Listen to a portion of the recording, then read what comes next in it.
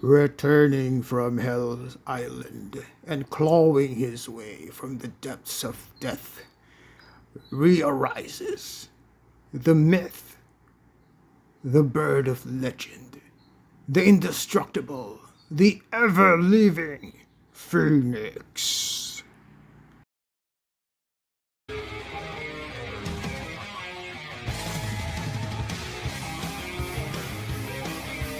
And good morning to you, fans of fantasy and action figure collectibles. This is the Belated Reviewer, and it's Thursday on my end, in my corner of the world, and I've decided to do a special segment for this. Well, it's not really original, it's always been done, has been done a lot of times already by other people, other reviewers, other people who like to talk about things. However, let me do this as well, and we'll be calling this episode, every time it's aired, to be Boomer Rant Thursday. Yep. So, from the title of this episode or segment, this is where I try to share some of my older toys. I wasn't able to collect as much before, since these were from the time when I was still a kid, much younger then, and I'm not really the one who's getting all these toys. So, like I said, this is Boomer Rant Thursday, and let's take a look at what I'm going to share with you. Let's first take a look at the packaging. And there it is. Yep. Okay, for those of you who are familiar with anime from the 80s, excuse me, you probably say, "Oh, that's Phoenix Ikki from Saint Seiya." Yeah, it's about 5 young boys who have been adopted by a rich guy, and his purpose was to raise them, to let them train so that they'll be protectors of the reincarnation of Athena on Earth, which would be in the series known as Saori Kiba, I believe. And there were actually 5 of them. And the one with the one that was dealt the heaviest and most undesirable card was Ikki. First, he was separated from his brother. He was going to be Andromeda, and then he was sent to Hell Island, which, especially for a child, even though he was on the tough side, was really hell, where his master almost caused his death while he was training. But after all that, he was able to get the Phoenix armor. The audio or the first form of the Phoenix armor is like there's a bit of pink and gold with the Phoenix tail right there. The Phoenix tail should be gold, and he should have a helmet on.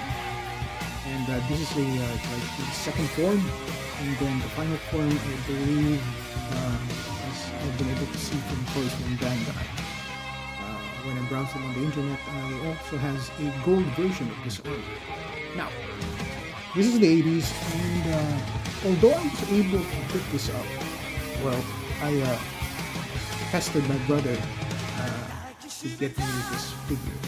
I mean, I was telling him, I'm just visiting you for 2 weeks, so, and it's my birthday, can you buy me a toy?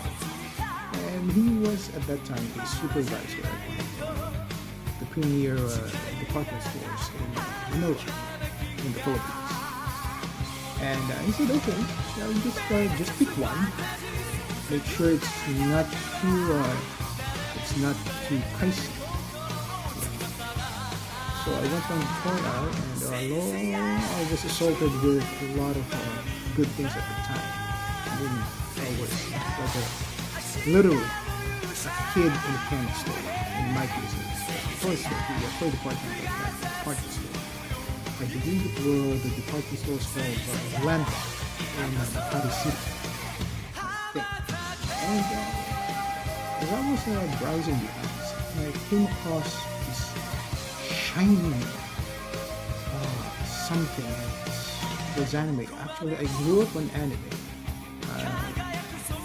The first thing, one of the first things I was able to watch was Grandizer. So I saw this box. I said, I want this. I should have asked for two, so there should have been a pair, because I did have two that should be paired. And he got me this. It was like, I think for just 250 pesos or so at the time. And that's the front of the box. On the side, it just says the codes of Phoenix Star, and there they are, the Bronze Saints, and of course up front, out front would be Phoenix City, and on top says the side would be a duplicate of what I showed you earlier. At the bottom, also a duplicate. And on the back,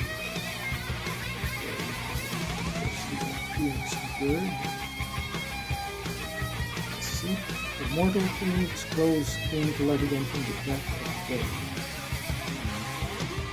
And I would like to point out that this is not an official figure. It's a third-party figure, and there's not even markings of which company made this, but they did put there at least that it's made in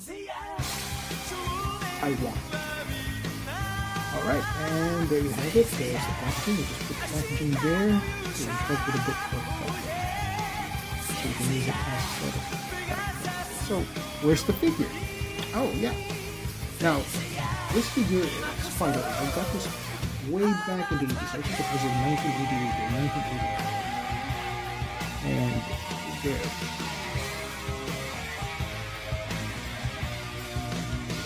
Yep.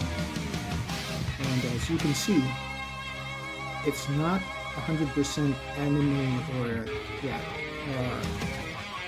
anime accurate. They were not able to make it with here. I don't know why.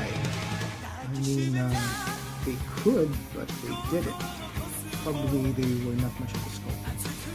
Now, the best, or one of the features of this action figure is that you can actually pop off the armor.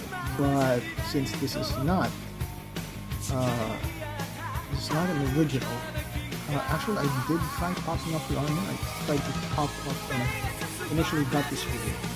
I tried to pop off the left armor, trying to adjust the left arm.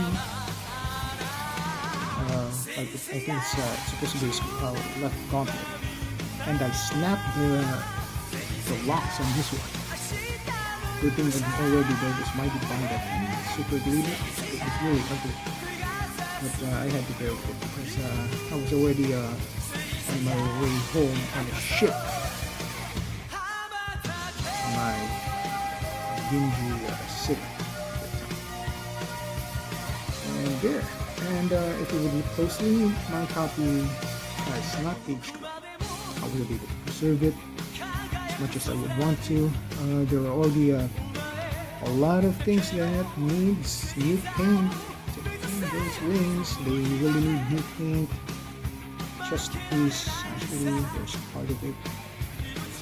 Generally, the armor needs a fresh coat of paint, so metallic paint. And the same tint. So let me bring the figure a little closer to this so you can see the sculpt. And let me pop off the wings now. Let me just do this.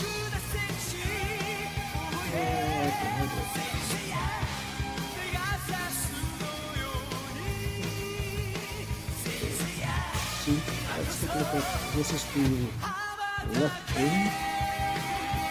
As you can see, yeah, like I said, it's badly need a deep paint. That's the left wing. And as I was attaching this earlier, I heard a crack. I thought I messed up something. But fortunately, it was probably just fantastic. Giving way in a good way.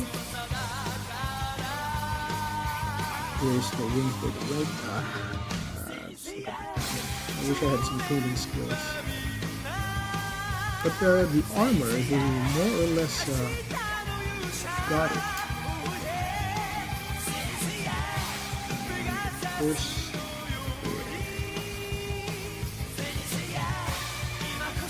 let's take a look at this noggin. Focus.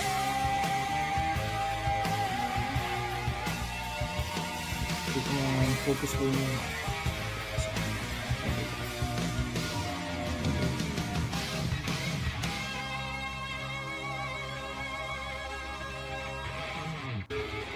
There he is. There it is. There he is. Like I said, here is not enemy accurate. And we can look at the fronts.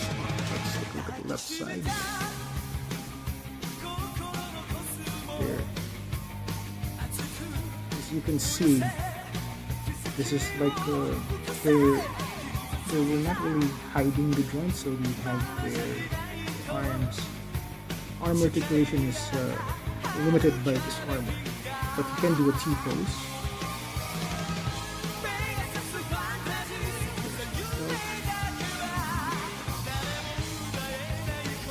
It's not just like on a, I believe it's a ball joint.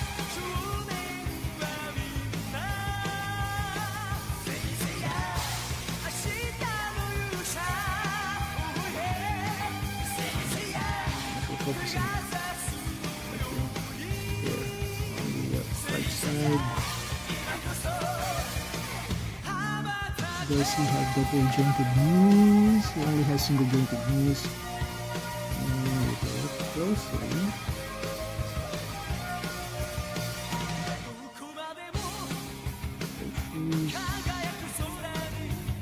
Yep. And on the back.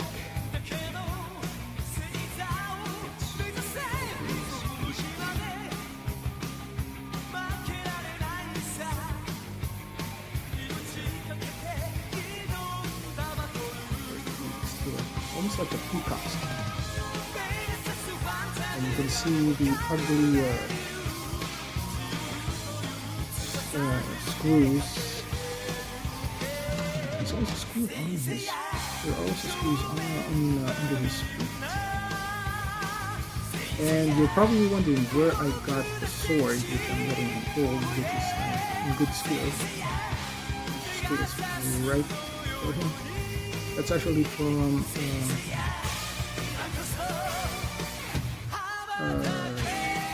Guy Ruger. I'm familiar with the English name for the robot. It's a Voltron, the 15 ships version, or 15 cars.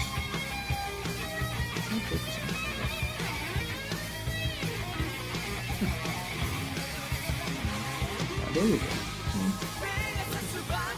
You can see the also the sword that needs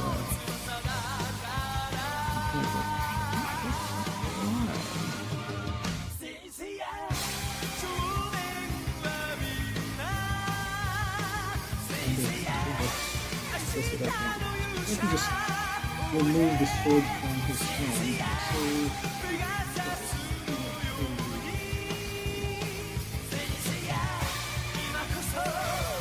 Yep, and his arm, or rather his hands, also open up like that, so, and it faces like so. You can clench his fist, unclench, and clench. Let's put it to one side.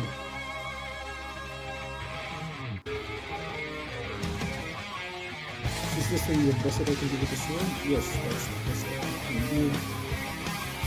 Really, the sculpting on the sword is really good.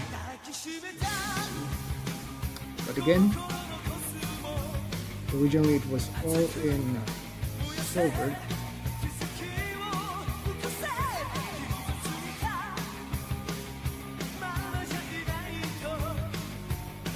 And there you have it. I'd really love to do some poses for you I'll try to see if I can come up with a part 2 wherein we'll be showing this figure in different projects. Alright, so much for Boomerang Thursday. This is the Belated review, and thank you for watching this video. In the meantime, you guys take care, stay healthy, watch what you're reading, of course, and keep your mad hats on. Peace out.